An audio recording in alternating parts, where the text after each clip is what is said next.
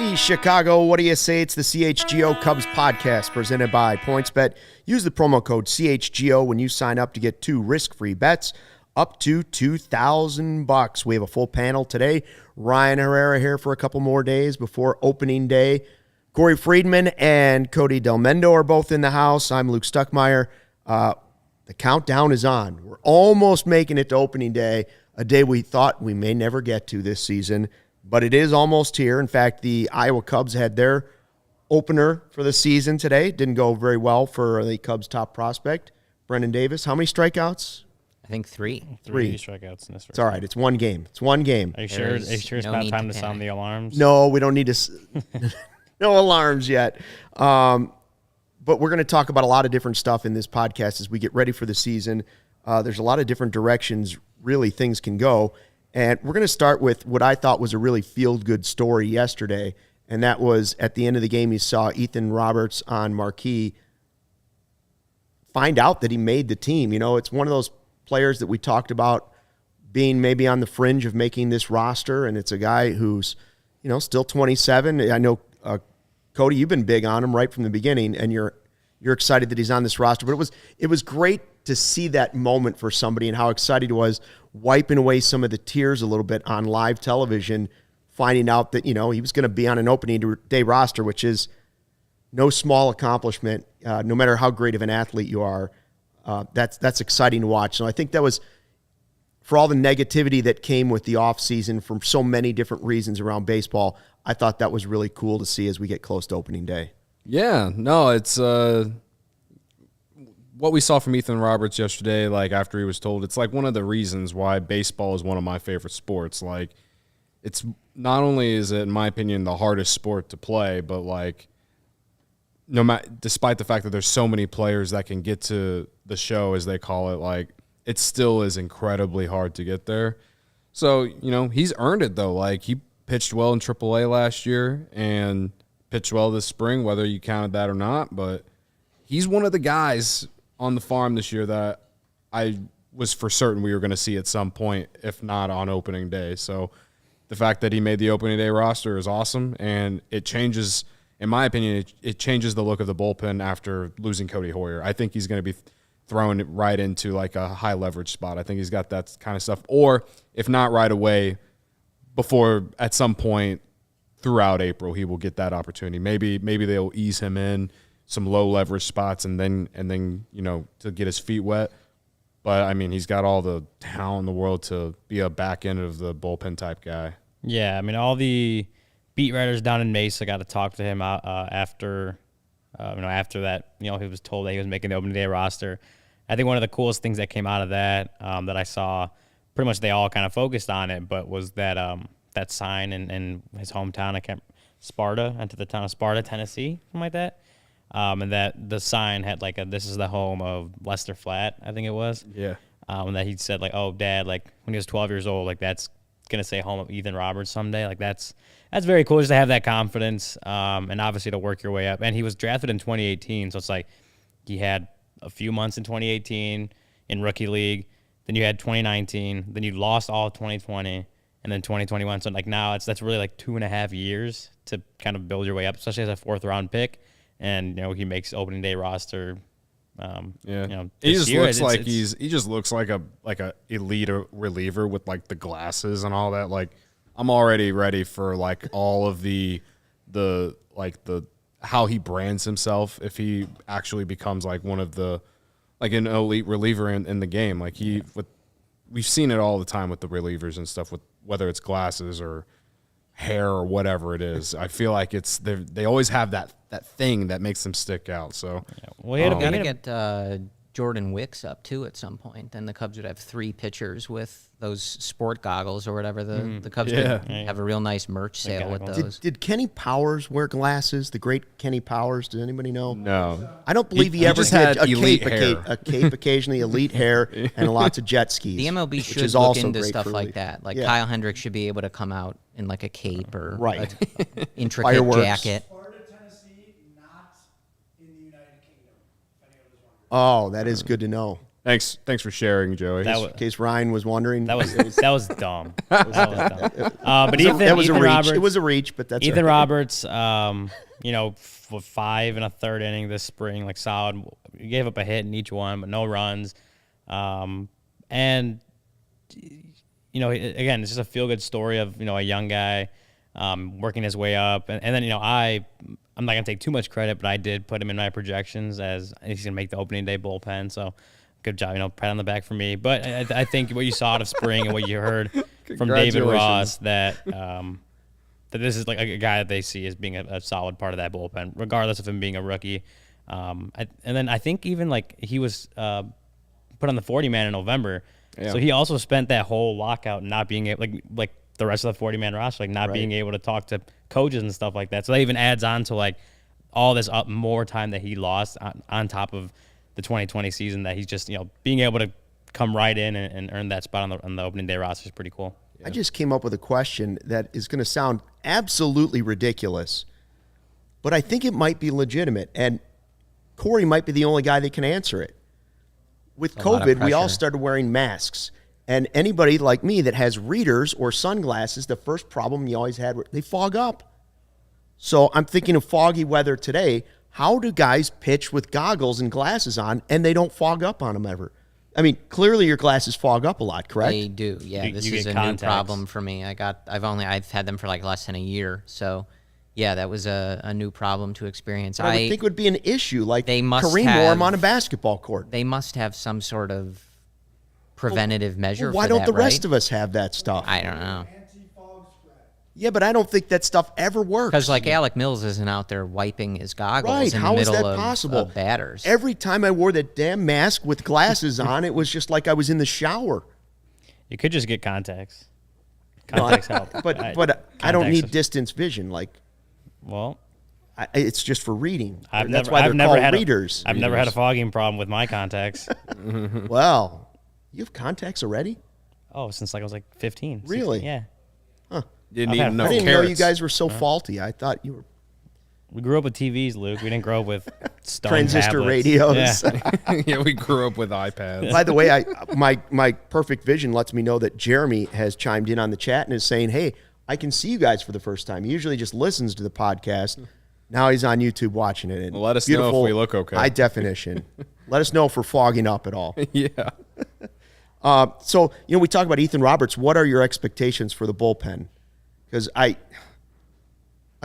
say this 1,000 times. Every time you think you have a good bullpen, it very rarely works out that way.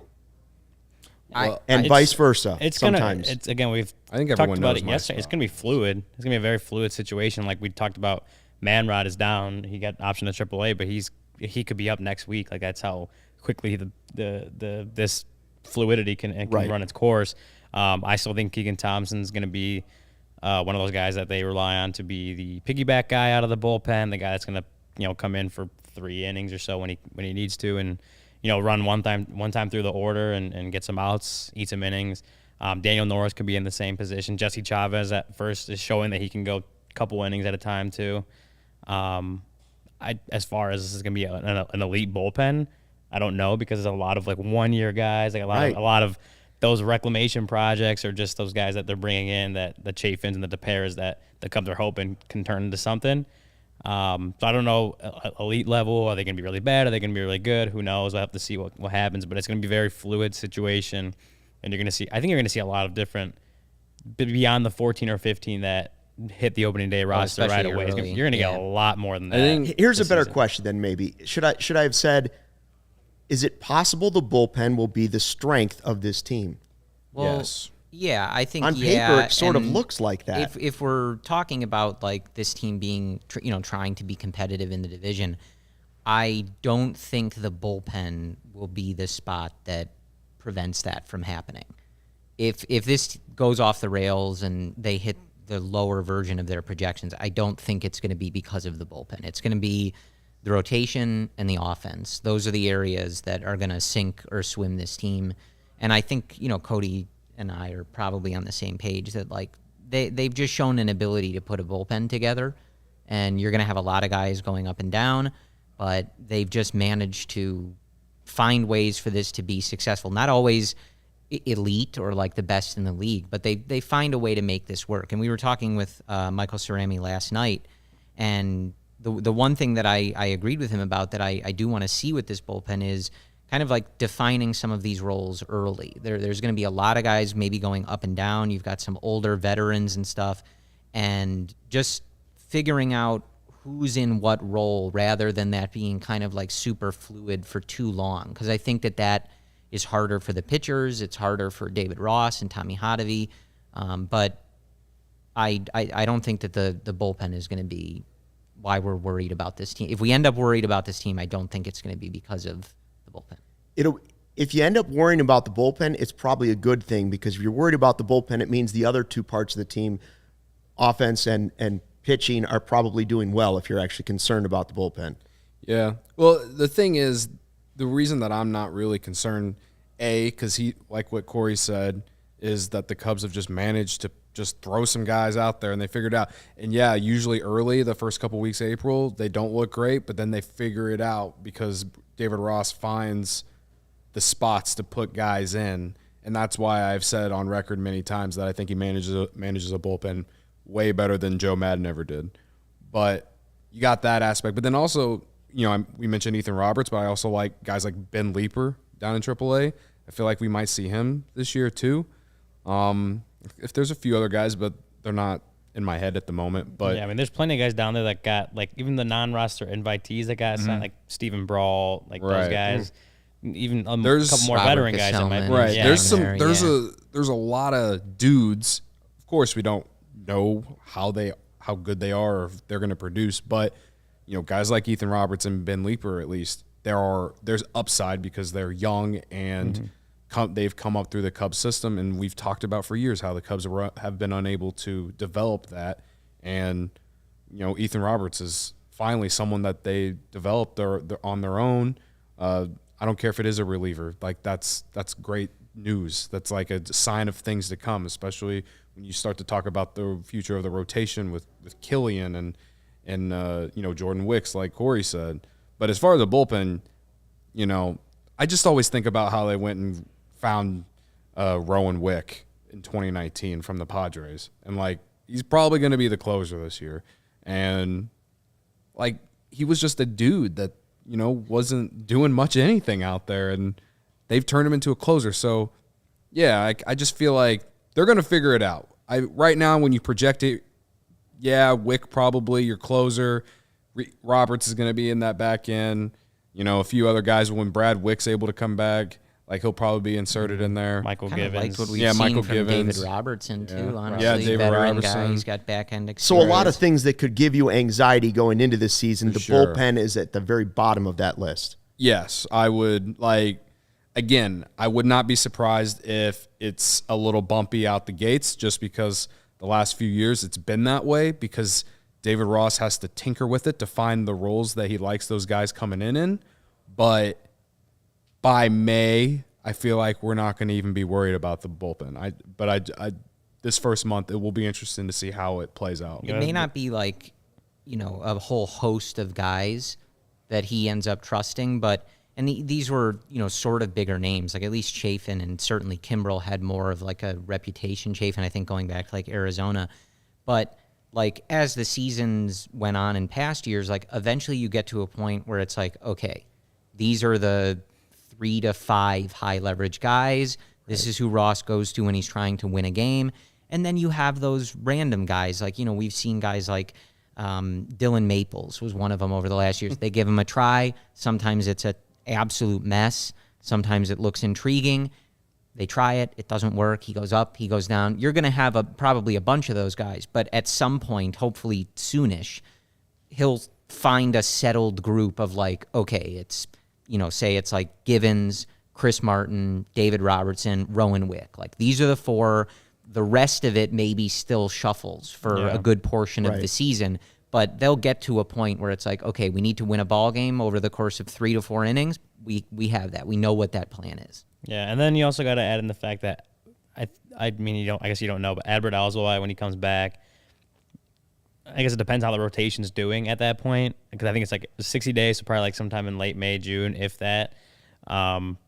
And he came back in relief. How a lot of That's the guys thing, do. back. How Steele does in But his starting what role. I'm saying is, as Alzolay, there may not be room for him in the starting rotation anymore, so he might end up doing what he did. Last year. He comes in and goes back to the bullpen, and he's that long relief guy. So you got him, you got Keegan Thompson, Daniel Norris. That's like those are the guys. Especially you remember that Minnesota game with Justin Steele went 5 innings, Alzolay went 4. You didn't have to worry about getting anyone up to pitch any of those last couple innings because Alzolay went 4, shut them down. And again, it was the Twins last year who struggled themselves, but the way Ross can play things is like if you trust Alzolay as one of those piggyback guys, or if he's still doing that, or if just a guy that can do long relief, like you might end up seeing Alzolay just stick in the bullpen for the rest of the year. I don't disagree with what you're saying. I'm just thinking that if he comes back and you believe he's a starter in the future, I don't want to see him go back to the bullpen. And if he's not healthy enough to be in the rotation, then I don't want to see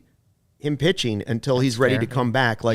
This year has been clearly defined as development, figure out what you've got. And while I think that is a possibility that he could come back and be a piece of the bullpen, if Alec Mills is pitching well in the rotation, but Alzolay comes back, I'm sorry, I'm moving Mills back to the bullpen, and I'm giving Alzolay that position. That's how I feel if I were. I feel. But obviously, I'm not running the team. I think that's the majority. We're not the managers. I'm not doing any of it. I'm just saying that's what I would do if I'm worried about development this year. I would say is that kind of to merge the two ideas, because I'm with you, Luke. Like I'd like to see that, but last year when Alzolay came back, he came back in relief, and the specific purpose was they wanted him to have a bunch of outings where he could work on stuff, try these new pitches, figure out how to stop giving up so many home runs to lefties. So maybe they ease him back that way. But yeah, it would be, he got hurt. That's not his fault. It is what it is.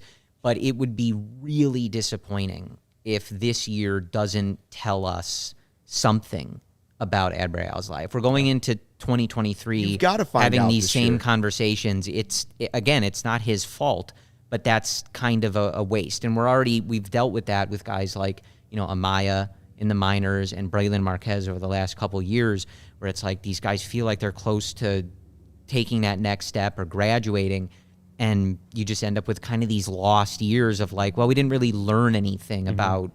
And it's what not they can just do. injuries; it's COVID. They had a whole minor league season that didn't exist. Right. Yeah. Right. So that's a whole year of development that they didn't get. Yeah, well, I think we can all agree that the Cubs, it was obviously disappointing for the Cubs that Alzolay went into the season hurt. He came, spring training started and he was hurt, and then eventually got put on the IL for 60 days. That's clearly disappointing because I think especially we all expected him to be in that rotation to start. And again, going back to what you said, I think we're all in the same boat that we would like to see Alzolay in the rotation when he comes back and starting, of course. But we're also we're not David Ross. We don't know what he's gonna do, and if he sees fit that Alzolay should be a long relief guy when he comes back, that's what he's gonna do. And I'd be okay with Corey's plan of easing him back in if that's the way it has to happen. I'm just saying if he comes back in June and he's not a starter by the end of the season, something's wrong. Yeah. They should, Something doesn't make sense. But my plan, they should let me run the team. I've got some great ideas, I think. Hey, okay, so the Alzolay injury was obviously disappointing for the Cubs and Cubs fans. I'll tell you what was not, and that is Madrigal's home run against the White Sox yesterday. Cody was running around here like Sammy Sosa with the American flag, seeing if any of the Sox people were still in the building. Because you were told what? He was a contact hitter? I was told that Nick Madrigal is just a slap hitter, yeah. I was told that this guy For Sean. sucks as everything as a baseball player. I was told that he was a bust for a number 4 overall pick. I was told that he is the next Ryan Terrio, which is kind of disrespect to Ryan Terrio. I'm not someone who hated Ryan Terrio when he was with the Cubs, but I am. alas, Yeah, it is I'll play what that it role. is. Until he chose the Cardinals. Yeah, I mean, when he went to the Cardinals, Yeah. he won a ring with the Cardinals. That ring should be taken away. It shouldn't count. The Whatever. Riot had some good days. He had some good days, right? Yeah, it was just a moment for me to just be like, finally, I get the last laugh for once. For 3 years, I've had to listen to their bullshit about the Eloy trade, and then even after the Kimbrel trade, it was like, oh, we fleeced you again, and it's just like, dude, And they were still saying that even though Kimbrel freaking sucked for them. So, like, it was just kind of nice to be able to, like, be excited. Like, I didn't even, like, shove it down their throats or anything. It was just, I just tweeted, you know, I was told Nick Madrigal was a slap hitter. And he clearly is not just a slap hitter. There has been a weird energy, even on, like, Cubs Twitter, of this, like, anti-Madrigal sentiment. There's even and, Cubs like, fans who are already out on Nick Madrigal. And it's like, he has not even played yet. And like, first of all, you got him for Kimbrel, who was mostly not good for the Cubs, but was quite good for the period you needed him to be to make that trade. So, like, really, whatever you got. Correct. Yes. If you told me in 2019, at the end of that season, that they would have gotten anything for Craig Kimbrel, let alone... I'll be honest with you, if they just got Hoyer. Right. Yeah. I Let would've been like, alone no. a potential reliever. But, like, it has been weird to hear, like... I get that, you know, a guy that makes a lot of contact maybe doesn't have a ton of power. Like, I understand that. And I'm not saying that Nick Madrigal is going to hit 30 bombs now. Or that he's a perfect player. But, like, right. I'm not saying that at all. He was a valuable player for the White Sox, and if he's somewhere in this lineup hitting 300, like, making contact, like, that's a bat that this lineup has missed for years. Like, it's fine. Like, I don't get the negative I just energy. don't understand how people can be down on a guy who has, like, barely 300 career at bats and has hit 300 every year of his career, and he even slugged over 400 before he got hurt last year. I don't get it. Like, explain it to me like I'm 5 years old. I'm told that he sucks at base running, and I'm told he sucks at defense. Okay, we've seen him have a few blunders in the spring. If it becomes a serious issue, then okay, you got me. I was wrong. I'm sorry I was optimistic about it. Nick Madrigal is, again, that home run it's good to see him have some pop in the bat because you don't know that you're going to get a ton of it. And it was the Cactus League, whatever. Yeah, but he's he's going to be a hitter. Sean just sat over here during the White Sox show and said that the guy that threw him that pitch, like, that was someone they're high on. That was someone that they Sousa? they're hoping that he can be a valuable piece in their bullpen. And he's the one who gave up that home run to Madrigal. So, he's going to be, regardless again, of I pop understand or it is anything, spring training. I get it that it's spring training. He's, again, 92% contact rate since he came up to the big leagues. I don't think that's a fluke because he has hit, over, like you said, 300 every year of his, every level, going all the way back down. You have to see when it comes. I mean, I still like him at the top of the order, and we're going to talk about that again. I've been on that.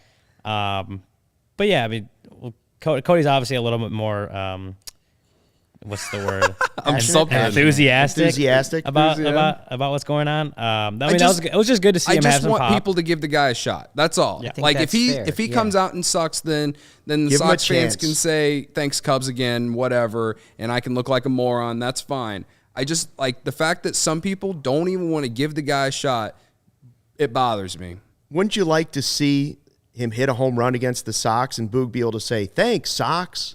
Yeah, it would be nice. Just a little bit. Just like something. Just turn the script a little. I've just had to, like, hear so much. Not even just me, like Cubs fans, you guys, whatever. Like, we've had to sit here and listen to this. And, like, I haven't really been able to say anything back because it's like, yeah, I kind of wish we had Eloy. I kind of wish we had Cease. I get it. Like, it sucks for me, us, Cubs fans. So, yeah, I want Madrigal to be good. How dare you? How dare you? What else am I supposed you to root for a player How on the team you dare like? I? How dare I want a baseball player in a Cubs uniform to be good? We got 2 days to opening day, and then if he's doing it, then you'll have a lot more to say to the Herbs and the Shawns of the world. Admittedly, I feel like Herb is the one who's been so, like, he's the one who's been feeding it to me the most about how Madrigal sucks. And it's like, he's like literally says, You'll see, he says. He's like his baseball IQ is terrible. And I'm like, the guy has barely played enough to really even to even have that take, in my opinion. You can be bad at base running and bad at defense at the beginning of your career, but we said the same thing about Schwarber. We said this, and they even said the same thing about Eloy, and he's gotten better at defense. Like, when you haven't had enough innings to really develop, like, is it fair to put that out there that this guy is this now? Like, that's all I'm saying is, like, I just don't think there's been enough time to put out there that this guy is this, and that's what he's always going to be. Yeah, you'd like to see him have a whole season. He has Yes, not had exactly. a whole season to It's build the it. beauty of He's Crosstown. only got 320. I just don't understand. appearances. And he's been an above average hitter. Yeah. He's got a 113 WRC plus Were and you saying 324 plate points bet? appearance. Points bet. Points bet. Speaking of points bet, I love points bet. If you can go on points bet and you can bet the over-under on hits for Nick Madrigal, I'm sure. I don't know what it is at this moment. Ooh, that's a good one to look with up. all this talking up I'm doing, I'm inviting you all to go do that at PointsBet, which is the best way to sign up, or the best way to support CHGO is if you download the PointsBet app and use code CHGO when you sign up. If you do that right now, you get 2 risk-free bets up to $2,000. But that's not it. If you make a $50 or more first-time deposit, you receive a free CHGO membership, which unlocks all of our web content. You'll even get a free shirt of your choice from the CHGO locker. Shout out Mike Dubs. He tweeted at us today. A few other people have tweeted us too with their CHGO Cubs shirts. Those things are fire. I can't wait to get mine. I'm still waiting to get mine. Have you guys got yours yet? I have not. No? I did. I They're on checked the the mail right before I left the house, though. Yeah, on the way, hopefully. On the way. So anyway, shout out to everyone who has bought one. So anyway, that's $2,000 in free bets, a free CHGO membership, and a free T-shirt from the CHGO locker, all for making a $50 first-time deposit at PointsBet. If you have any questions, you can email pointsbet@allchgo.com, and we'll help you out. Your home for live in-play betting just got even better. Introducing PointsBet's new feature, Live College Basketball Same Game Parlay. For the first time ever, you can build the perfect live same game parlay only with PointsBet. Combine your favorite bets anytime during the game. Want more? You can boost your live same game parlays. Watch live, parlay live, and boost live with PointsBet. And now online sign-up is available in Illinois. You can download the PointsBet app right now and register your account from start to finish, all from your phone. As I say every day, Luke does it. If Luke can do it, you all can do it too. Plus, during PointsBet Match Madness, all users can earn up to $100 in free bets during each round. Just place a $50 pregame wager and get a free $20 live bet to be used for that round. So what are you waiting for? Once the game starts, don't just bet, live your bet life with PointsBet. Gambling problem, call 1-800-522-4700. Thomas, Little Yumper, Jack, Did I rile Rachel, people up in the comments? Mike Dubs, they've all jumped in on the convo on Nick Madrigal. Our next partner is a product I use literally every day. I started taking AG1 because I didn't have time. I wanted better gut health, more energy, and optimized immune system. And now I've been on it over a month. I love it. Doesn't taste super healthy. It's mild, tropical taste. And I look forward to it in the morning. So here's what it is. It's 1 scoop of AG1, and you're absorbing 75 high-quality vitamins, minerals, whole food source superfoods, probiotics, and adaptogens to help you start your day right. It's a special blend of ingredients that supports your gut health, your nervous system, your immune system, your energy, your recovery, your focus, and aging, all of those things. Now, I get a noticeable boost of energy when I take it, so I do it first thing in the morning, giddy up and go, and my day is off to a great start. It's a friendly lifestyle, too. Whether you're keto, paleo, vegan, gluten-free, dairy-free, you name it, it's good for you. You're all cool with AG1, and you're investing in all-in-one nutritional insurance for less than $3 a day. Recommended by professional athletes. It has more than 7,000 5-star reviews. 7,000 5-star reviews. So right now it's time to reclaim your health and arm your immune system with convenient daily nutrition. Just 1 scoop in a cup of water every day. That's it. No million of different pills and supplements for your health. And to make it easy, Athletic Greens is going to give you a free 1-year supply of immune-supporting vitamin D and 5 free travel packs for your summer and with your first purchase. All you have to do is visit athleticgreens.com/CHGO Cubs. Again, athleticgreens.com/CHGO Cubs to take ownership over your health and pick up the ultimate daily nutritional insurance. All right, we have a few more notes starting to filter out now about opening day on Thursday. Again, the weather doesn't look great Thursday and Friday, but it almost never does for opening day. So we did find out that the Cubs Hall of Famers are going to be there for the first pitch and the 7th inning stretch on Thursday. By the end of this series, it appears that Jim Belushi will be singing the 7th inning stretch. Take that for what it's worth. And the big debate over the statues that were missing when they went to start the sports book has been solved. You know, Inspector Clouseau has solved it. At Gallagher Way, they are starting to build a statue row. So the Ernie statue, the Fergie statue, the Sano statue, and the Williams statue will be in a row along Gallagher Way. You can see them all. It seems like a pretty good idea, like a good spot for those to be. The Harry Carey statue is going to stay where it's at. So this will be moved around. Maybe it wasn't handled perfectly with people wondering what happened. They took them down. I just don't understand how anybody could possibly think they weren't coming back. I don't think they put up a statue for Ron Santo and were like, you know what, take it down. The sports book's going up. Store that back in a closet for the next 30 years. Like, that wasn't going to happen. Like, everybody take a breath. Be realistic. It may not have been handled with the PR that you wanted it to, but the statues were coming back. I remember Cody and I talked about that. I think that was like maybe our first day, like when we were doing the rehearsal and stuff. And it was like, look, and we've done it on this podcast. We'll yell about the Ricketts and money and all this stuff all the time. This was the statues were not part of it. This was not one of those things. And you know, I guess maybe they could have been clearer about it. But I remember that first day they said, here's where we're storing them. Here's what we're doing. And like, yeah, I mean, like the sportsbook thing, you know, you can feel about that the way you do. And sometimes the optics of all this money spending and you know, I get it. But like, that was one of those, like, let's make Tom out to be a bit more evil than even I might suggest. That was a little crazy. The Jordan statue moved.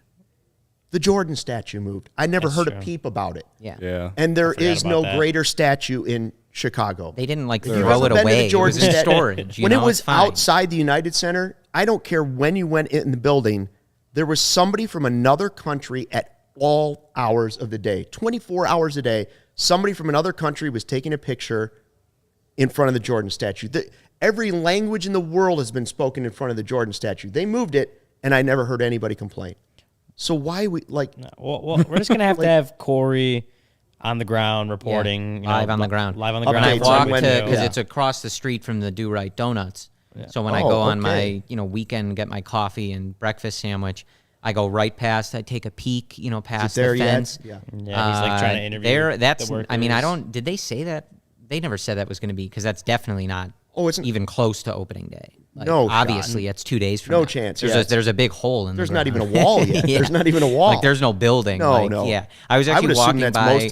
All of the season. I was walking by there yesterday, and I think somebody poked their head in and asked one of the construction workers, like, "Is it going to be done by this?" And I was like, ma'am, there's like a giant hole in the ground. Like they're playing baseball in 2 days. Like they can't build a building in this amount of time. But they should. I'm glad they're leaving the Harry statue. That view. Yeah. With the Harry statue and the sign. He's not and a player. W flag. That's another reason I like it there. He's not a player. Right. That's got to stay. But Jack has says hot take. Tom Ricketts is a great owner. We will discuss. We will discuss that. Getting spicy here on a Tuesday. Before we get to it, I will suggest this: as many complaints as you may, and some of them may be very valid about the Ricketts.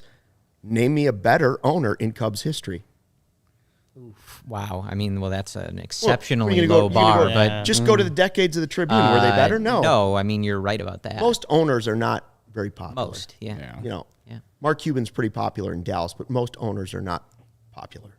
But Mark Cuban is also similar in a way that Theo Epstein was, where I feel like he's very transparent.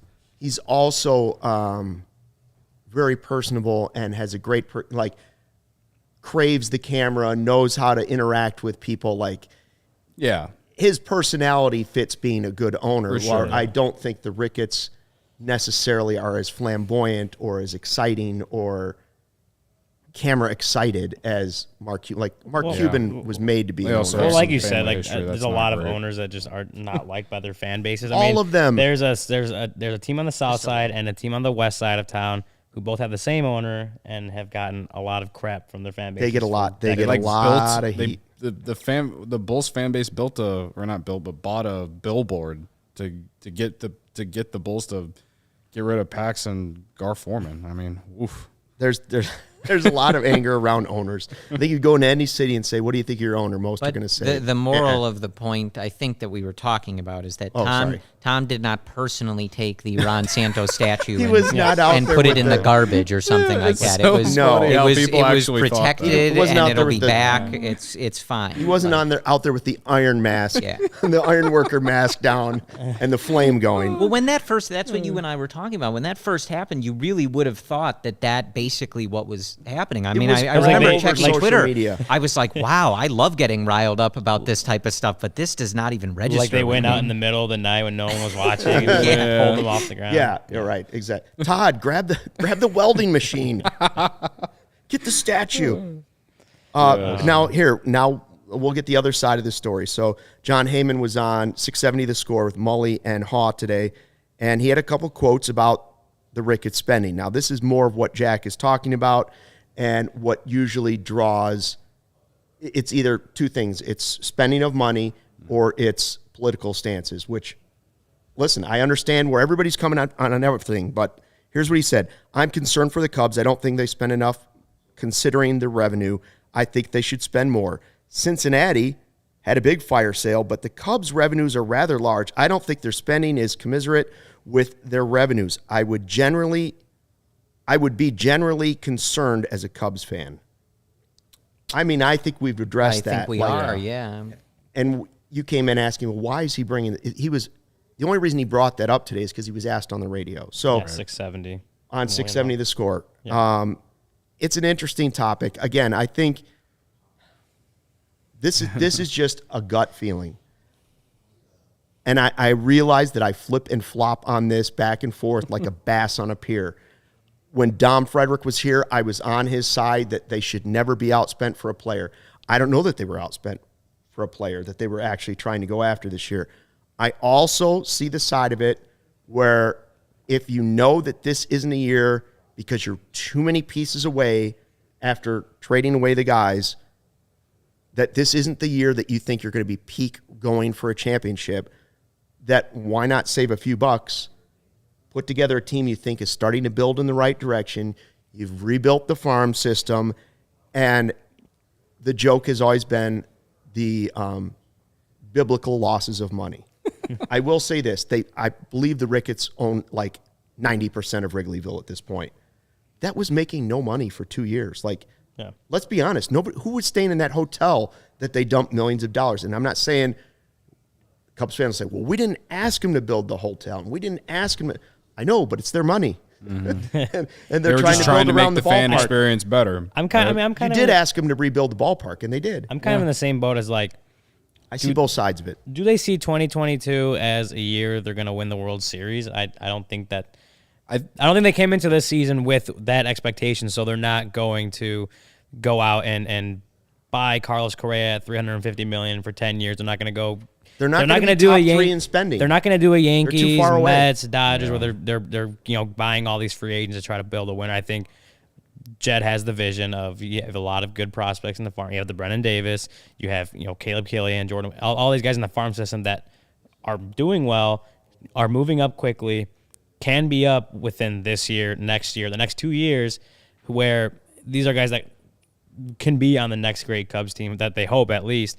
And then once they kind of because you kind of started mixing it now, they're going to be competitive at least a little bit with Marcus Stroman, with Seiya Suzuki, who they spent good money on, those two, and then they're at the same time they're waiting to have the Brennan Davises of the world come up, so that when they kind of start mixing, they're like, okay, like these, this team gels, this team is starting to assemble like the next great Cubs team. Then next year, they're going to go out and get and probably spend some more money to get some guys. In the 2023 offseason, they do the same thing. And I actually had Cerami said it, I think, on your guys' podcast, you and Corey, about how he was kind of like, if Carlos Correa becomes a free agent again next year, why didn't you just shell out the money this year? Because now you just lost a year where you would have been spending $35 million at 27. Yeah. Right. So I'm curious how, I caught that, and I was wondering kind of how you see that in that what we're talking about as they don't see this as a contending year. So why how? Yeah, I mean, I think his point yesterday was more just if you're going to spend next year, you might have jumped the market by doing it now. because if he does opt out, you're going to end up paying him more than if you had just given him the big deal that he was looking for, so that he's not looking for all these opt outs. And then he's going to be another year older when you're still paying him money.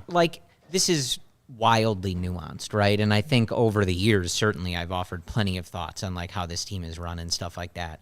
Like to your point a moment ago, like, yeah, it's definitely been worse. Like most of my life, they were not, and it is a low bar. Lives. Yeah, they were. Yeah, they were not owned by people that cared about investing. If they were good, it was kind of like happenstance. Ballpark was like crumbling. Things came together. Yeah, but at the same time, like the perspective I have now is that they charge the most money for the experience, and I think like the baseline thought I have is if they're number one in price, they should never.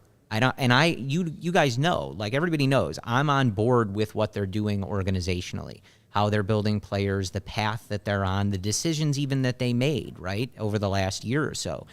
But they should never, I don't care what you have to do to avoid it, be number one in price and 15 in payroll.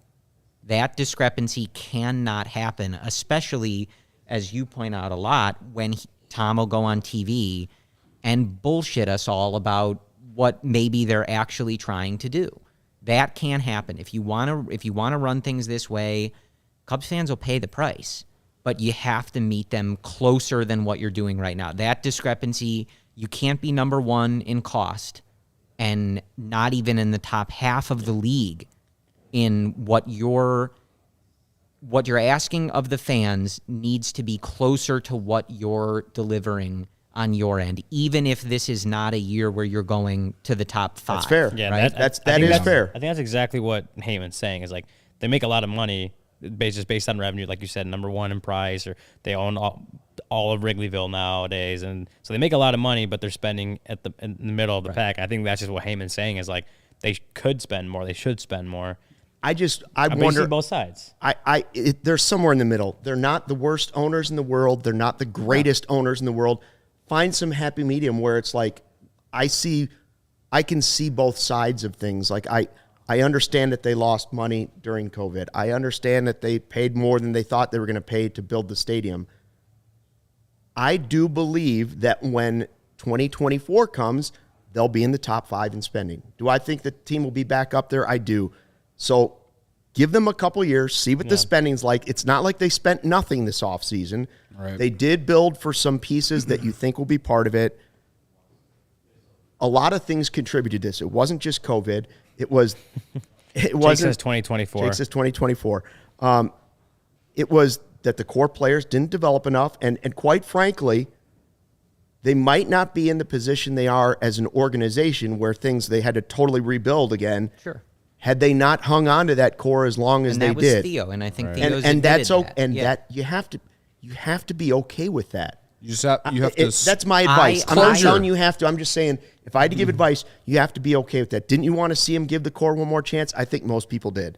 And they did last year. They did last year. And they gave him one more last They gave him year. one more last year, and then you got an 11-game losing streak out they of it. would have a lot more leeway. And again, like some of the decisions didn't work out, et cetera.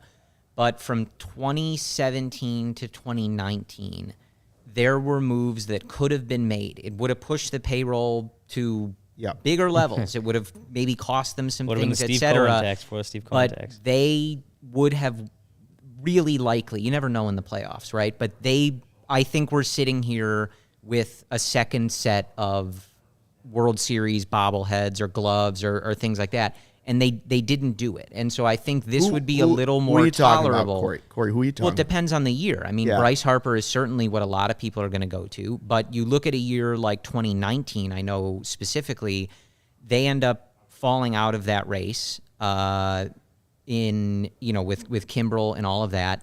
I can't even tell you how many games they blew early in that season because of a bullpen that every single person going into the season knew was going to be bad.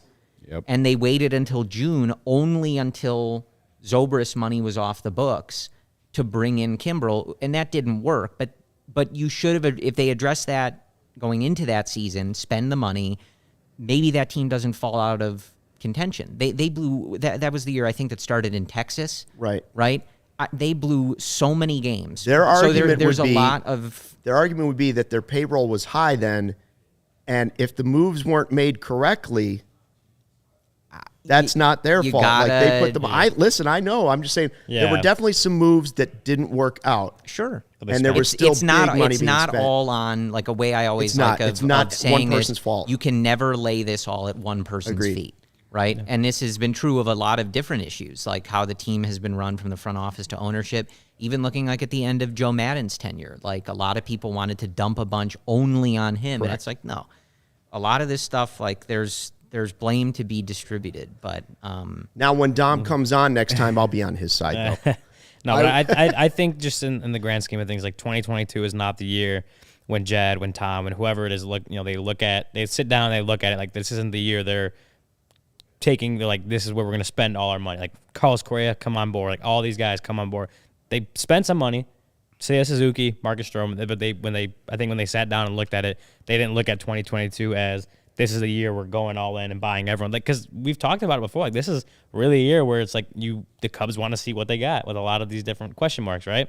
So if you have so many question marks, you want to give them the chance to prove who they are.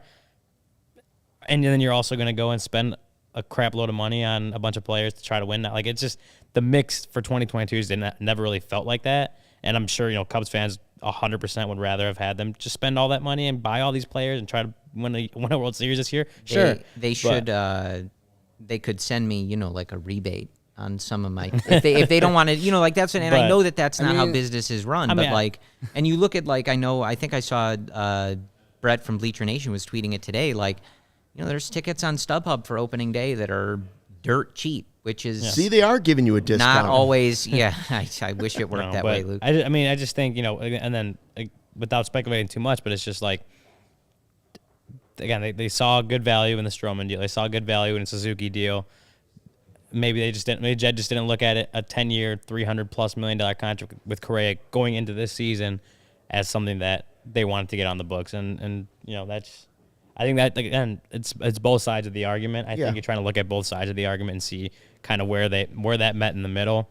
That's not obviously the thing that Cubs fans wanted to hear going into this year, but I just think that's the realistic idea of how that situation just plays out. Yeah, I mean, yes, I would have loved to get Correa. It would have been a great piece to be part of the next great Cubs team that probably would have been set to really compete for World Series in a year or two. Ideally, you know what I mean? But if they would have signed him this year, I mean, they're still a fringe wildcard team at best, probably. Not everyone's a homer like me that's going to pick them to win the division. But, to me, if there's any free agent out there that, there really is no, explanation for, I really do feel like is Correa, just because he would have been a nice building piece. But all that said, to go with everything that you guys have said and all the comments that I've been reading, I mean, like we've said, it's just there's faults on both sides. I just think that I feel like, again, more people are they just want a reason to yell at the Ricketts. That's it, and that's just what it is. And again, when the trade deadline happened, I was just as angry at the Ricketts for everything. Because to me, it all came down to they weren't unable to get those contract extensions done, blah, blah, blah, blah, blah, blah. There's faults on both sides of that, whatever. And I let it, play time. I had closure, like I keep saying. I had closure. But, if you want to talk about what we're looking, we're looking to find what this roster has and everything, one guy that we have not talked about as far as in the front office is VP of Scouting Dan Kantrovitz, who used to work with the Cardinals and the Athletics. And as we've seen the Cardinals and Athletics and how they scout and how they just find random dudes who come and play well for them, we've already seen a little bit of that from the Cubs because of him. Frank Schwindel is a great example.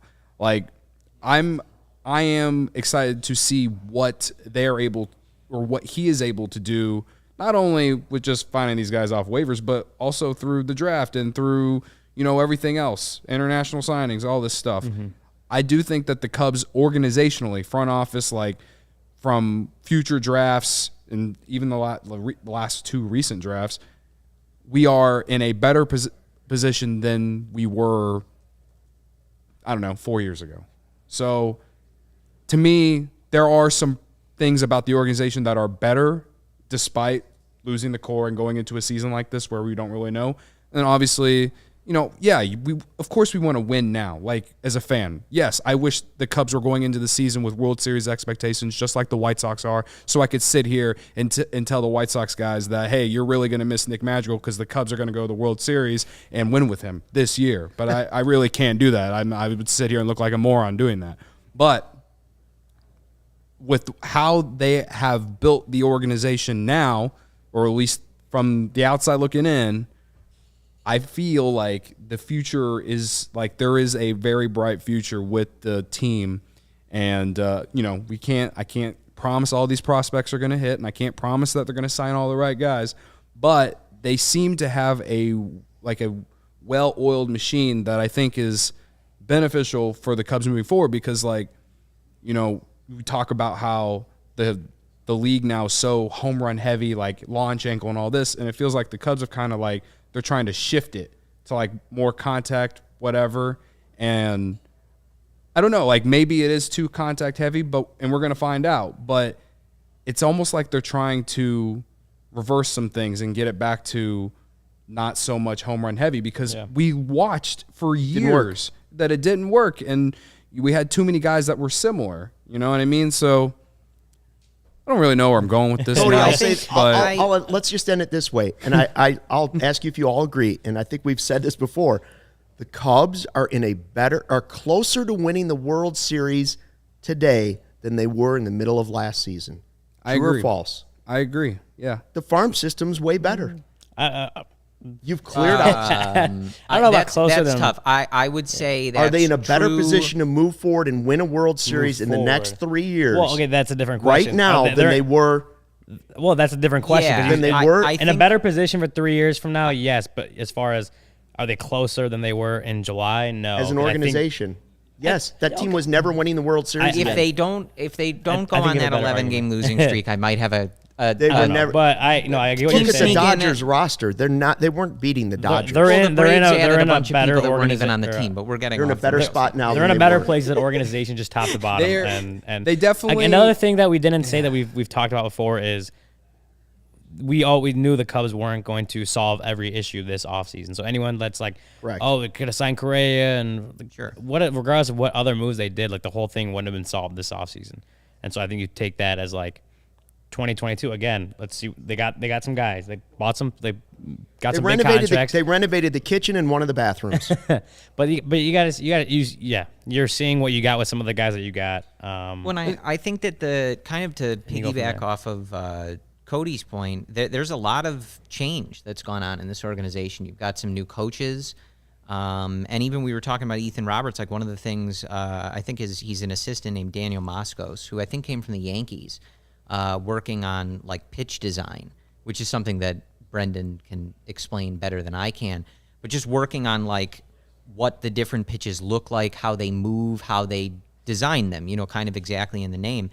And there was a point, I don't know when it happened, but you could kind of feel it after 2016 where it felt like the front office was not at the front, the forefront of the league. Like they weren't drafting and developing all these high velocity guys. Right. They They were not finding the Max Muncies of the world that they were, picking up off the couch, changing their swing, and all of a sudden they've got an all-star level player. And prior to that, it felt like, Theo in the front office, these guys are geniuses. They're leading the charge on so many of these things. And I don't know if this group is going to get us there. But it's interesting to see all these changes, the new hitting infrastructure. Obviously, like the pitching infrastructure has been in place for a few years now. But that's one of the things that you kind of hope to see continue. They brought in a ton of new technology, coaches, ways of thinking, different types of, baseball people. And you want to see the Cubs continue to kind of feel like they're at the top of, influencing the league, not like catching up to whatever everybody else is doing. So that's another thing to look for, like in this season. Do those things kind of start to take hold? And do we kind of start to get that sense like, oh, the Cubs are figuring out some stuff that other people are not? Yeah. All right. Well, you can only get these kind of back and forths at CHGO. But if you enjoy CHGO and you enjoy our back and forth between us four, one way to help us is to continue to grow is to download the PointsBet app and use code CHGO when you sign up. Not only are you going to get 2 risk-free bets up to $2,000, but if you make a $50 or more first-time deposit, you'll receive a free CHGO membership, which unlocks all our web content, and you'll even get a free shirt of your choice from the CHGO locker. If you have any questions, email pointsbet@allchgo.com, and we'll help you out. And in case you missed it, online sign-up is available in Illinois. You can download the PointsBet app right now, register your account from start to finish, all from your phone. You'll be signing up with the fastest sportsbook easier than ever, so you can start living your bet life in seconds. What are you waiting for once the game starts? Don't just bet, live your bet life with PointsBet. Gambling problem, call 1-800-522-4700. Anyone that rode UNC Moneyline with me, you know we're in mourning. Kansas won, so I'm mourning with my Mizzou brethren. We're all sad today. But we're going to come back. We're going to be better than ever. So download PointsBet. Use that code CHGO, and we'll get going. Speaking of CHGO, we're a month old. We've got podcasts and live shows every team, every day. Post-game shows starting Thursday for the Cubs, and we're excited about that. Premium written content from Ryan and Jared and a bunch of people at allchgo.com. The dope merch has started filing in. It's at a lot of doorsteps today. I've seen a lot of it showing up on Twitter and Instagram, so that's exciting to see just in time for opening day and for the playoffs for the Bulls. You get a free shirt when you become a member and the members-only Discord, the CHGO Lounge. This was something we talked about for the Cubs. I guess some teams are looking at Pitchcom. You want to explain what that is, Ryan? Yes. The Cubs are not going to use it, correct? Yes. Okay, so Pitchcom, MLB informed, this is from Anthony Castrovince, just an article I pulled up. The headline, MLB informs clubs Pitchcom is approved for the 2022 season. So basically, it's just like a way to kind of curb sign stealing. I think it's like a little watch or something that the catchers. It's a wearable device that transmits signals from the catcher to pitcher. So I think the catchers would just like put like a little code in. It's like the electric shock dog collar. Yeah. So the catcher wears a forearm sleeve resembling a remote control with 9 buttons for calling the pitch and the location. The pitcher has a receiver in his cap. The catcher has one in his helmet, and receivers can also be worn by up to 3 other fielders, typically the 2 middle infielders and the center fielder, to adjust fielder positioning. So it's just basically like a little code that gets sent into little receivers throughout, and it's to curb sign stealing. Do you have that tweet from Traditionalists will not like it. No, traditionalists will hate it. But it is sort of like the it's a way communication with the quarterback in the NFL. Yeah, quarterbacks. You always see the quarterbacks doing this with their helmets so they can hear it. But this is Megan Montemurro earlier tweeted. Ross, I guess, was asked down in Mesa about the Pitchcom. Let me see. That's the second one. But, okay, so I guess the Cubs have tried it. According to David Ross, Cubs have tried it. Ross said they won't be using Pitchcom as of yet. It's still an option for us. Our catchers weren't as comfortable with it. And then so that was kind of Ross's initial reaction. He said if anyone feels like we want to integrate that, we will. For us, from what I'm hearing from all the feedback I get, I don't think it's that important. So I know I've seen like the Yankees were one of the ones that we're talking about. They're going to be using it during the season. And what did Tony La Russa say? Is this true? So Jesse Rogers tweeted. I guess he is at the Sox game today. He said Tony La Russa likes the new Pitchcom technology. He tweeted this out. And the White Sox will use it, but he also he reiterated his idea to eliminate sign stealing, which is to have the runner on second turn his back and face center field as the catcher gives the sign. And he's not joking. And I remembered that when I helped cover the ALDS last year. He can't be serious. Well, when I helped cover the ALDS last year, on October 11th, he also said the same thing. He put it with a straight face. How to put it? Yeah, he said he's giving it to MLB. He told MLB that you want to stop runners from stealing catcher signs at second base. They should have to cover their eyes and spin in a circle for 3 seconds before. Have the runner face center field. Or the pitch. Do a dizzy bat. Yeah, do a dizzy bat at second. Like I said, like Tony La Russa, I mean, I guess in theory it would stop sign stealing. And they also might be facing center field when a line drive hits them in the back of the head. Well, I think the umpires would help out with that. I think that would be better for us. But okay, yeah. In theory, the idea would work. Obviously, it's not an idea that MLB has implemented. But you have now this new Pitchcom Listen. technology that should, again, Pitchcom in theory should also do the same.